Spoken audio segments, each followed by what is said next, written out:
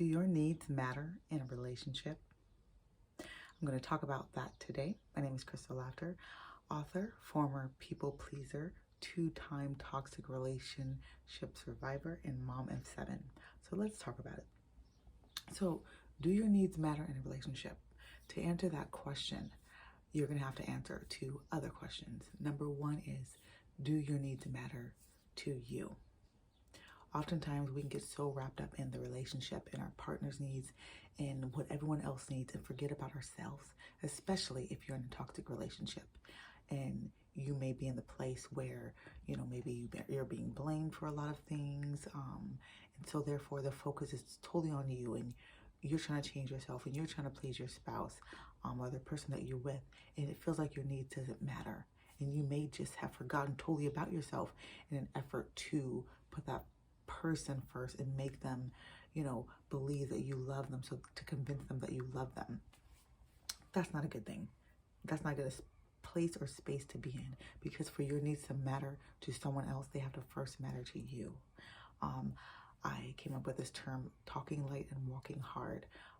It means that you have to practice what you preach. You have to walk it. People should know something about you before you have to say it out of your mouth. So you have to love yourself first. You have to care about you if you want someone else to care about you, because it's not likely that someone is going to care about you more than you care about yourself. If you want others to love you, honor you, respect you, you have to first do those things to yourself. So do needs matter in a relationship? Yes, they do, but they first have to matter to you.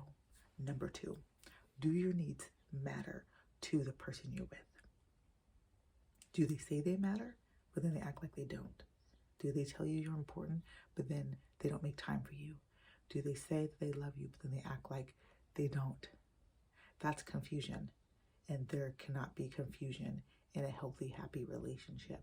So you have to step back and ask yourself the question, do my needs matter to my spouse?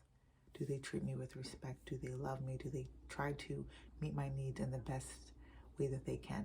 Or are they neglectful? Are they resentful? Are they, selfish? Are they, self-centered? Or is everything all about them? They want all the attention, everything catered to them all the time. But when it comes to me, they don't care. That's not a good situation either. Your needs matter. Of course they matter, but do they matter to the people who they should matter the most to, which is the person you're with, your significant other? Or if you're thinking about the past, do they matter to that person in the past? And so even if you're not in a relationship, it's great to reflect and think about these things so that you can prepare yourself to be in another relationship, or just to be whole and healthy, because that's the goal. Being whole, healing, and being healthy is the goal, not just being in a relationship. You know what I mean? That's like, the cream on the topping, Loving yourself is the goal. Self-love, self-wholeness, self-honor, self-respect. I talk about the 4 pillars of self-love, and love yourself again. And the first pillar is self-confidence. Then I think it's hold on, y'all. Let me get this out. It's in chapter 2 of Love Yourself Again. The 4 pillars of self-love. Self-confidence is number 1. And confidence gives you courage to stand up for yourself and advocates for your needs, irrespective of other people's opinions. Self-development is pillar number 2. Self-development is anything you do to improve yourself, and it can look like going to a gym, adopting healthier eating habits, learning a new skill, removing toxic people, or going to therapy. Number 3 is self-respect. Respect is politeness, honor, and care you show towards something or someone you consider important. When you respect someone, you're careful with that person. So turn that inwardly. Do you respect and honor yourself? Number 4, self-preservation. I think this is one of the greatest ones. It's the intentional act of protecting yourself from harm. It's stopping at a red light. It's putting your seatbelt on. It's listening to your intuition when something doesn't feel right. A healthy, natural response to a threat is self-preservation. But how many times have you, I know I have, not protected yourself from people? How many times have you just brushed over that, red flag. Let them just, oh, they're having a bad day. Oh, we're working on, oh, I'm praying for them. No, self-preservation, all four pillars are important, and they make up self-love. So a lot of times we talk about self-love, you hear people talk about it, but you're like, okay, what does that mean besides buying myself nice things and going to get a massage? It's deeper than that. It's deeper. It's self-love. It's knowing yourself.